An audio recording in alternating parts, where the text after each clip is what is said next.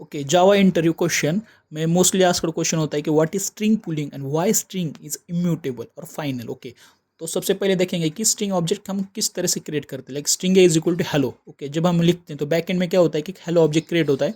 Okay, sorry, एक string object create होता है विथ वैल्यू हेलो। ओके, और 2010 ए वेरिएबल उसको पॉइंट करता है। ओके, इस ऑब्जेक्ट को। ओके, सपोज अगर हम और एक ऑब्जेक्ट करें B, okay, is equal to hello, same value with same value. अगर ये फिर एक न्यू ऑब्जेक्ट क्रिएट करे विद वैल्यू हेलो एंड उसका 2010 रेफरेंस अगर बी पॉइंट करे। ओके ओके, इस तरह से नहीं होता। ओके, अगर इस तरह से होता तो क्या होगा, अगर आपने 10 ऑब्जेक्ट क्रिएट किए विथ सेम वैल्यू हेलो तो 10 बार सॉरी यस 10 बार न्यू ऑब्जेक्ट क्रिएट होगा स्ट्रिंग का। ओके, जो which is not good thing, because at the end value तो सेम है ना।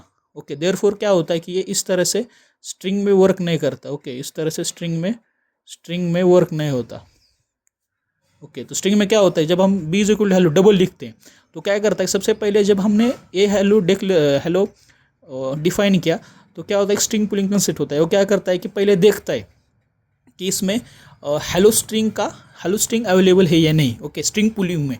ओके, मतलब string is equal to hello जब हम लिखते हैं तो ये जाता है। ओके, और यहाँ देखता है कि हेलो अवेलेबल है क्या। पहले बार तो हेलो इसमें अवेलेबल नहीं होगा। ओके, तो क्या करेगा, एक न्यू ऑब्जेक्ट क्रिएट करेगा 2000 hello with hello value hello and 2000 reference एक को देगा। ओके, अगर हम जब string B is equal to hello लिखेंगे तो फिर से क्या करेगा, स्ट्रिंग पुलिंग में जाके देखेगा कि हेलो का स्ट्रिंग अवेलेबल है या नहीं। यहाँ अवेलेबल है विथ वैल्यू 2010। ओके, रेफरेंस को देगा बी को। मतलब यहाँ क्या है, इधर इसने ऑब्जेक्ट नहीं क्रिएट किया, उसने जो ऑलरेडी ऑब्जेक्ट है ए वो उसको रिटर्न किया है। मतलब यहाँ दोनों variable A and B hello इस स्ट्रिंग ऑब्जेक्ट को पॉइंट कर रहे हैं। मतलब यहाँ ये क्या ऑब्जेक्ट है, मतलब स्ट्रिंग पुलिंग मतलब क्या होता है, if two string have a same value. Okay, if two or multiple string if have same value, instead of creating two different string object they create only one string object and point both variables.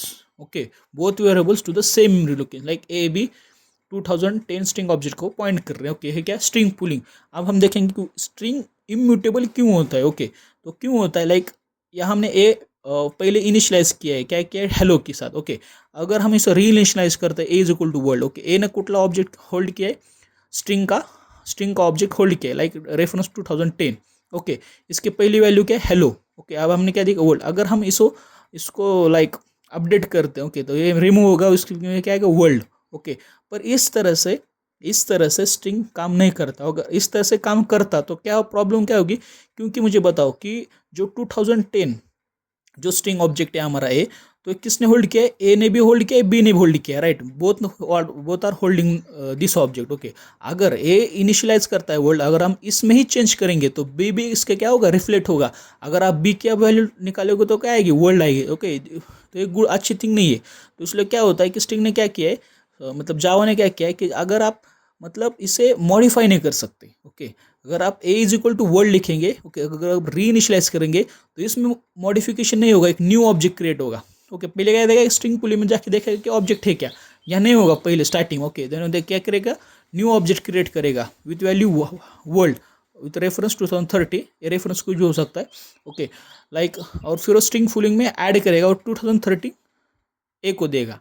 मतलब अब क्या है, ए ने इसे object को hold किया और B ने पहले वाले के ऑब्जेक्ट को होल्ड किया। इस तरह से string pooling and why string is immutable होता है। अगर आपको वीडियो अच्छा लगा तो इस वीडियो को लाइक जरूर करें।